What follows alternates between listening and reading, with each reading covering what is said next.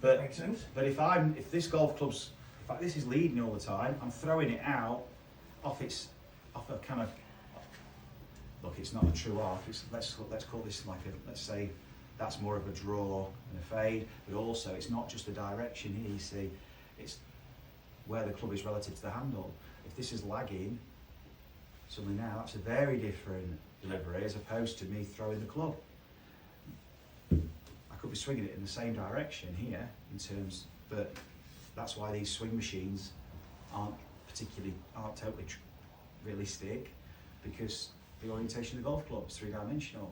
Yeah. And the chances are, if we're sequencing with the club first, we're going to be throwing it, and they call it pitch. It's a bit, I'm shifting it, I'm translating it forward, and now I've suddenly got to start doing something to create some, get it back. to create some function down here for my intended path. You've got all this going on at the quickest part of the swing. Yeah, you have no And idea. like I said, you'll see yourself stand up or things like this, but that's not the fault. That's the mechanism to try and create some function, so you can get some kind of control or functional face to path, so you can get the ball relatively straight. But the problem is the spin is that you're imparting so inconsistent. You'll get pull draws, push cuts, and you're not quite sure what you're going to get. But it's happening. This is just the result of what's happening much earlier on.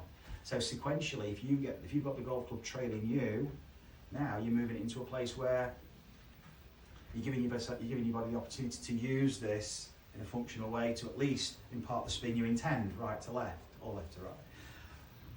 So you can start to attune yourself to that. But once we start getting too active here, now there's a lot of stuff going on you here. have to fix something there. There's a lot of components involved here, and it's all happening so fast. It's a blur, and you're not quite sure what's happening. It's like a gun going off in your hands. So when you start to take the club away, and it's trailing you, so the body's much more engaged.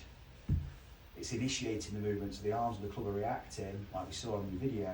Now the club's trailing you, you've already got it behind you, it's trailing, so then when you change direction, it's trailing, and you can, the more dynamic you are, the more it trails, and you're creating even more lag.